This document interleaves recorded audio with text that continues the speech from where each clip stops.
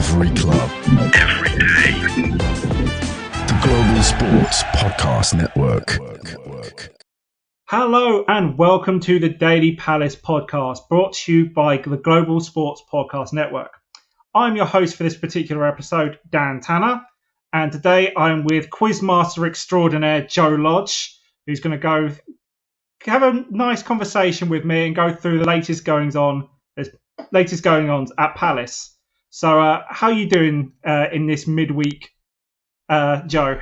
I like Quizmaster extraordinaire. I think I might have just found my Wu-Tang name there. That's pretty good. I'm happy with that. Yeah, I'm doing very well. Doing very well. A bit cold, as I think the whole country is at the moment, but in good spirits. I'm enjoying the proper winter that we're having so far, or haven't even that we're previewing right now of November.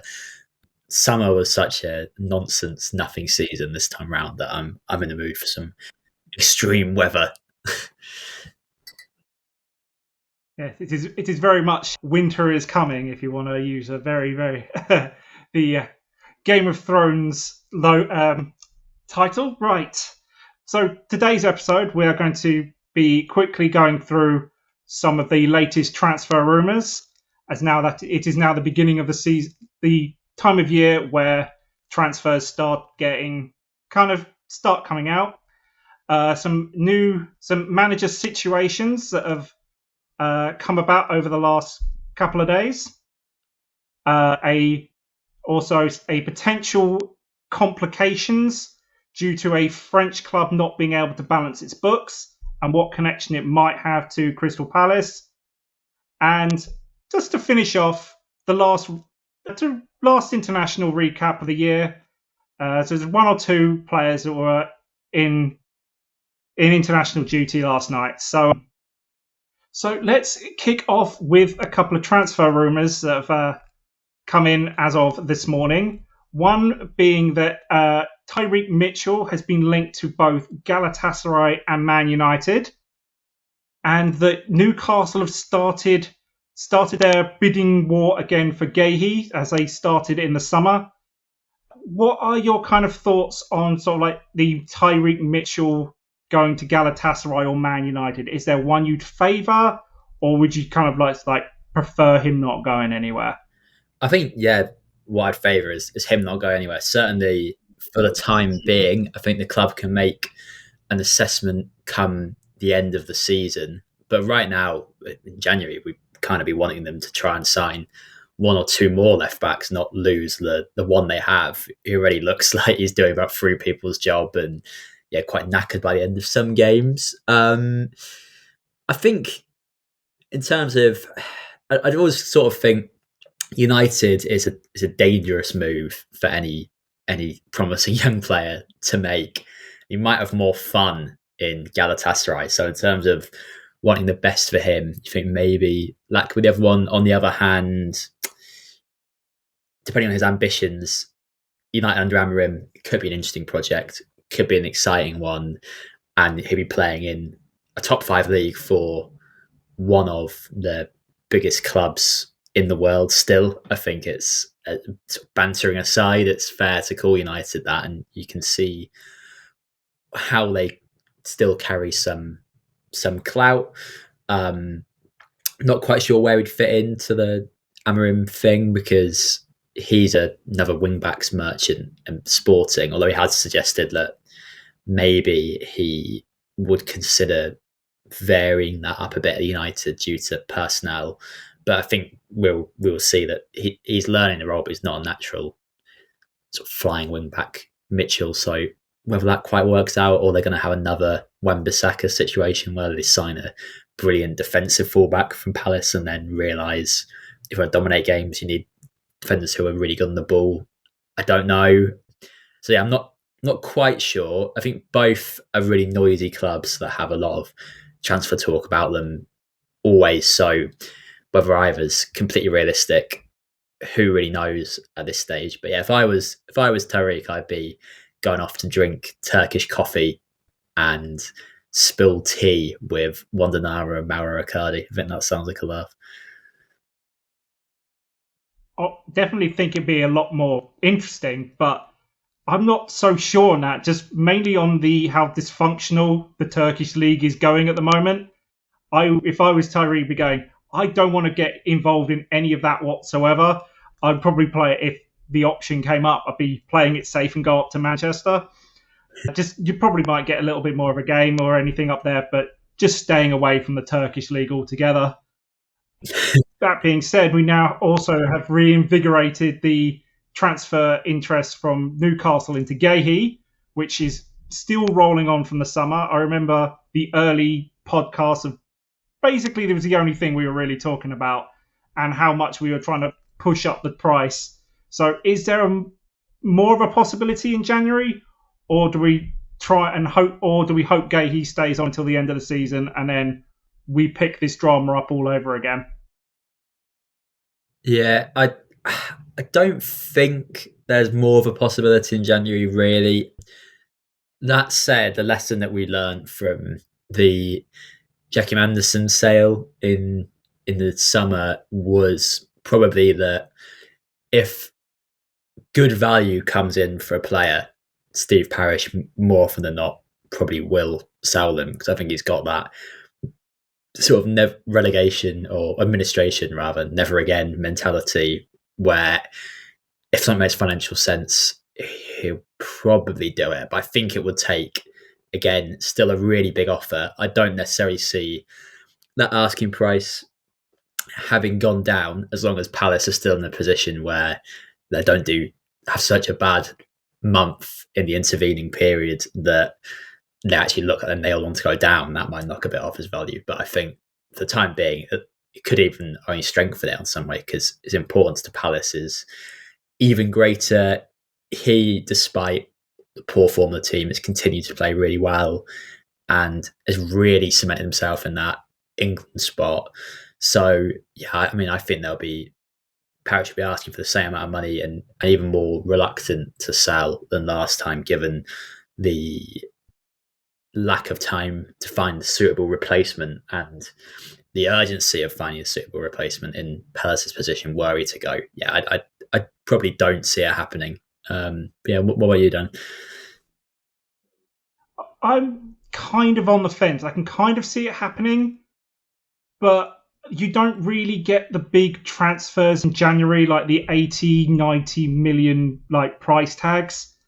You get the second string moving off somewhere to, say, the middle clubs or whatever.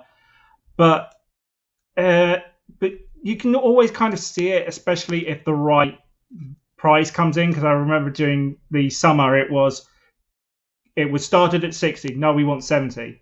We'll give you 65. No, we want 70. And I don't see Newcastle will push it all that far. They'll probably do the same thing as in the summer and try and lowball it a little bit, just so they can get a bit of value for money. But you've also got, on the other hand, Newcastle aren't really plugging away at like a European spot at the moment. They are struggling. So for them, kind of struggling in the mid-table. So it's mainly up to Gehi, really. I think he'd probably try and at least stay at the club until the end of the season and go from there, much like Eze is probably having the same conversation with his agent. We'll stick out for the year, and then if we go down, we'll try and make a move. If not, we try and stay a little bit longer or try and make a move in the summer, which is a lot more time to negotiate back and forth and things like that, because the January is very much we want to do this in one day kind of attitude. So with that, I think it's not a bad place. Oh no, before I forget, we've also got some managerial news to come up with a Palace tint to it. We have Vieira is now the new gaffer at Genoa, struggling in Serie A. And also the bizarre story of Jamie Punchin leaving the second-tier Cypriot team of Iron Appa after 2 games and about 3 weeks in charge. So what do we think of these kind of stories here? Vieira, do you think he's a good shout for Genoa, with sort of the struggling team down the bottom of Serie A? Yeah, I think it makes enough sense for them. My only thinking with Genoa is that the sacking of Gilardino seems incredibly harsh. He'd taken them up in his first half of season, got them to 11th last year, and now, yes, they sit 17th, having played with 10 points from 12 games. But those 12 games have included matches against Inter, Juve, Lazio, Roma, Fiorentina, Atalanta, to Bologna, who are pretty good these days. So I think it seemed like, just from the outside looking in, a pretty harsh sacking. Although that's part and parcel of Serie A football, I think. But basically, I think Vieira seems to have done a good job in both his last two jobs. I wasn't following Palace as closely at the time, actually, but I always felt he did a pretty good job at Palace of combining attractive and effective football, certainly in that first season.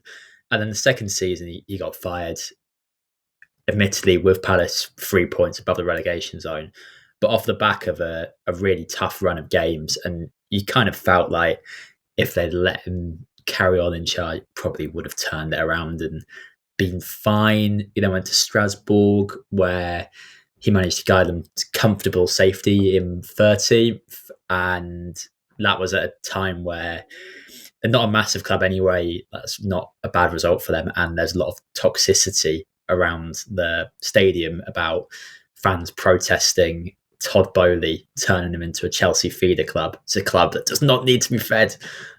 And he kind of left, I think, in those circumstances, again, probably having given a perfectly good account of himself. So I think it makes enough sense for Genoa. I wish him the best. I think he's a good manager.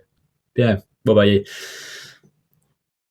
Yeah, very much the same sentiment. Only kind of wish him the best. He was a good manager for us. We did have the luxury of Gallagher playing at that point where he was the engine of that team, and he was very much put us on his back, and he just went for it. And he's only gone from strength to strength at the moment. So, yeah, all we can do is wish him well at the new venture. Genoa is going to be interesting to try and keep them up in the Italian league. There are some fairly strong powerhouses and some pretty interesting sort of players in there. So we can only wish him luck from the Daily Palace podcast. And just before we take a little break, what do you think of this story of Jamie Punchin only being in Iron Apple for 3 weeks? I know a lot of people probably go to Iron Apple for only a couple of weeks, have a bit of fun, but he was out there for a job. Yeah. Got two games, I believe. I think won one of them, and I'm not sure about the other result. Both. But I think he won both. So, yeah, what do we think of this story? I didn't even know he was a manager, so I saw this morning, and it was very, hang on, what?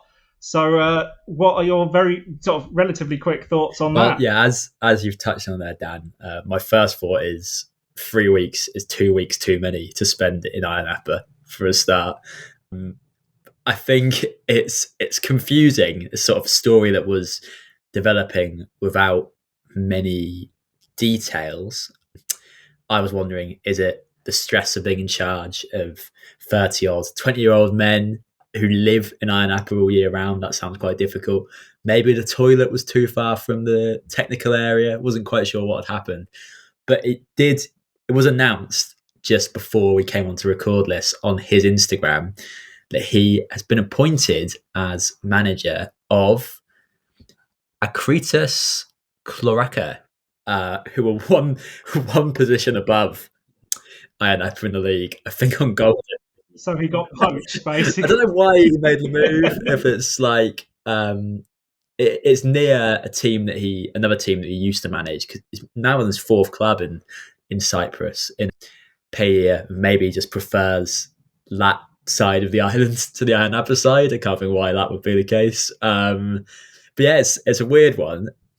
I suspect he's managing in the Cypriot second division. So, with all due respect to that league and those teams, I think it's a little bit looser than managing a team at the top level, and probably he's doing it as much to pass the time as anything. So I imagine he's happy to just dot about whether he sees fit. But kind of happy for Puncheon, because I didn't realise how much of a life he'd made for himself in Cyprus until seeing this, that he's actually been dotting around. He's quickly becoming a journeyman manager in Cyprus. And I think that's quite sweet. If he's happy in his place in the sun there, then yeah, all power to him. Hope he does well at Akritas Chlorica.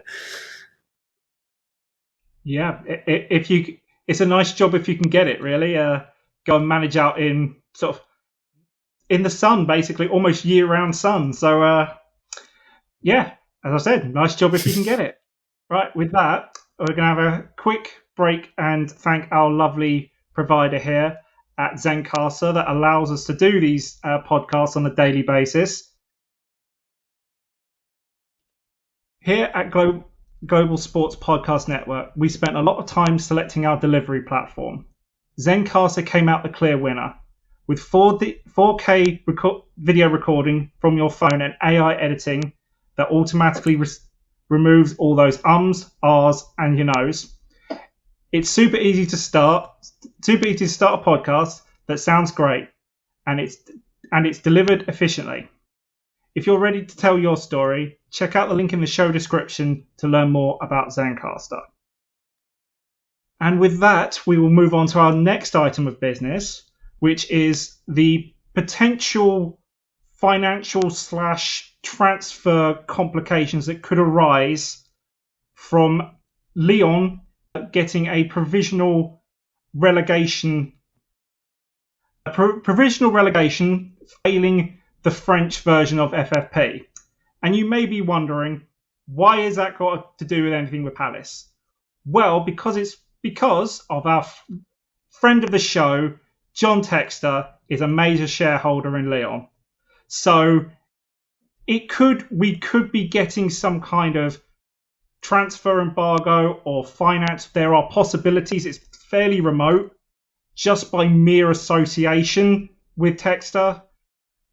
These things can kind of happen in football. So it's the French have had their little go, had their investigation, and it very much depends if FIFA get involved, have their investigation, then the Premiership one will start getting involved, etc., etc. So this could get interesting over the next month or even the next 6 months or so. Any thoughts on that, Joe? Just immediate thoughts, or having sort of read anything, really? I haven't read anything that's made me too alarmed about the possibility of Palace getting caught up in this. I think we know Palace are a very well-run club and exist slightly at an arm's length from the rest of the Eagle football group. I mean, I don't know the technicalities of legislation that sees teams either get caught up or not caught up. But yeah, I think Palace clearly have managed to agree a deal with Textor when he came in that involved him putting up loads of cash and actually having basically no power, and Steve Parish still controlling everything. And that's the main reason why he wants to sell his shares. His main complaint seems to be that certainly in France, the way that these things are viewed too much on club by club basis, where they should view it as a whole group, if they are viewing it as a club rather than a whole group in Palace's case, that's good. We've not had any knockings of Palace being done for FFP violations at any point. They've always been really sound on that front. So I'm not too worried. I think the most likely implication for Palace is that it speeds up the process of Textor selling his shares, because he says he's an interesting figure whenever one of these kind of situations comes up, because he's very candid, he's very open in a way that feels almost unprofessional for such a high level business person. But he just says, like, he just tells you exactly what his plan is all the time. Basically, Lyon have to show they've balanced their books by the end of the season to a certain extent. He says that involves raising $100 million is what he's been told, and that he will do that by selling his shares in Palace. Basically, that's going to be the major drivers of it. I'm not sure if they'd count that as legitimate revenue towards Lyon. Again, I'm not sure how the rules work in France. His quote around the topic involved saying the regulatory bodies of France are intelligent people that need to realise that large organisations, all clubs contribute, which smacked a bit of someone on trial for murder complimenting the excellent jury or something like that to me. But yeah, so I don't know if he's worried that won't actually be deemed legitimate, but it sounds like it could speed up Palace's texticism and really drives home the extent to which that is probably a good thing from Palace point of view. I came to very much the same conclusion while reading through a lot of this, and a lot of other articles very much saying the same thing. It will probably speed it up, but then we go into another problem, depending on how quickly that gets moved on, that we go into a kind of grace period where we can't do any transfer business. So it could theoretically kind of bar us on January. We can do sales, but there'll be very limited transfer movement. Mainly it'll be probably loan deals and a couple of freebies. So it could be kind of going from the pot into the fire kind of thing. So, but very much the classic American bravado. We'll be fine. Don't worry about it. We'll just plow through. It's going to be fine kind of attitude I saw from texters going, oh, we won't be going down. Don't be silly.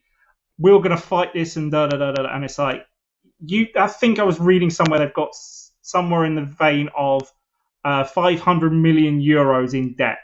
So it's going to be almost a fire sale at Lyon just to try and balance the books for January by the end of the season. And this is kind of all due to the fairly poor TV rights that were negotiated for the French league. As soon as like PSG and stuff don't start qualifying for Europe, Mbappe's gone. Nobody wants to watch the French league anymore. Funny that, really, when big superstars suddenly start disappearing and the money starts drying up.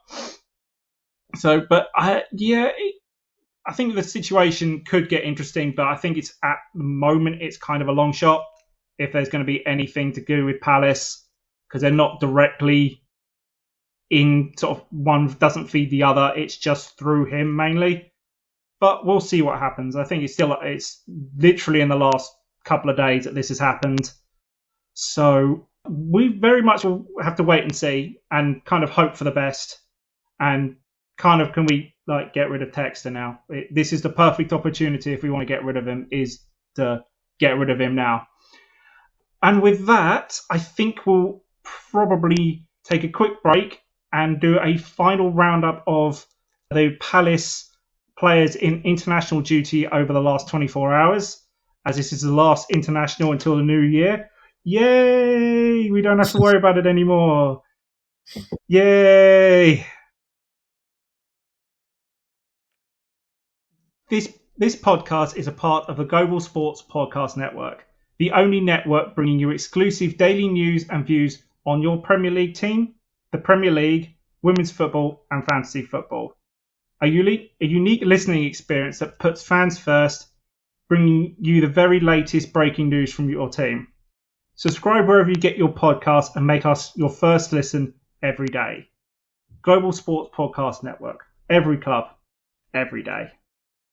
And with that, we move into our final section of the Daily Palace podcast, which is a roundup of the international games that Palace players were involved with last night, which were Munez for Colombia in a World Cup qualifying action, and Turner in goal for the US in the Nation League CONCACAF quarterfinal stage, second leg. That is a mouthful. Please. Oh my God. So, Joe, is there anything you want to add to any of this, sort of how they all played? Because as far as I know, Colombia lost 1-0, and the US won 4-2 and I think it was 1-0 from the previous leg, so they went through relatively comfortably.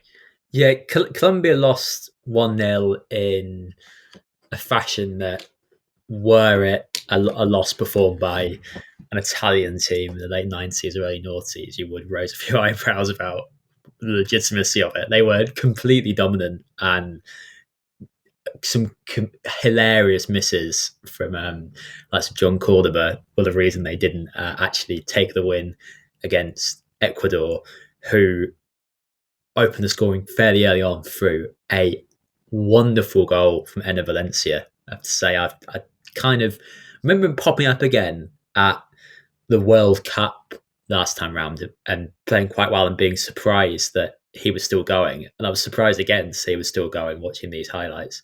And then in a sort of microcosm of that, in this run, I couldn't believe he kept on going and kept on going, because he picked up the ball sort of quite deep near the halfway line and just sort of squeezes his way through about 5 Colombia defenders, being the only man on the counter-attack, and strokes it in from the edge of the box. It's really nice. The upside for Palace is Daniel Munoz was not one of those 5 defenders that he waltzed past. He had nothing to do with it. It was on the other side of the pitch, and he played much better than he did in their game against Uruguay. Much more involved in the play, made 53 passes, looked sharp, looked quick, looked fit, and should have had an assist to his name after putting in a really great little floated cross to the back post, which Luis Diaz headed against the post himself. So, yeah, I mean, it was... Colombia would be disappointed that it's 2 losses in their international break, but less than a good qualifying position. It was a good performance, and most importantly for Palace, Daniel Munoz looked much improved. So I think that was all good. On the US game, I think Turner conceded 2, but kind of not really his fault. I think the first one, he's both from Damari Gray. First one, he can't stop.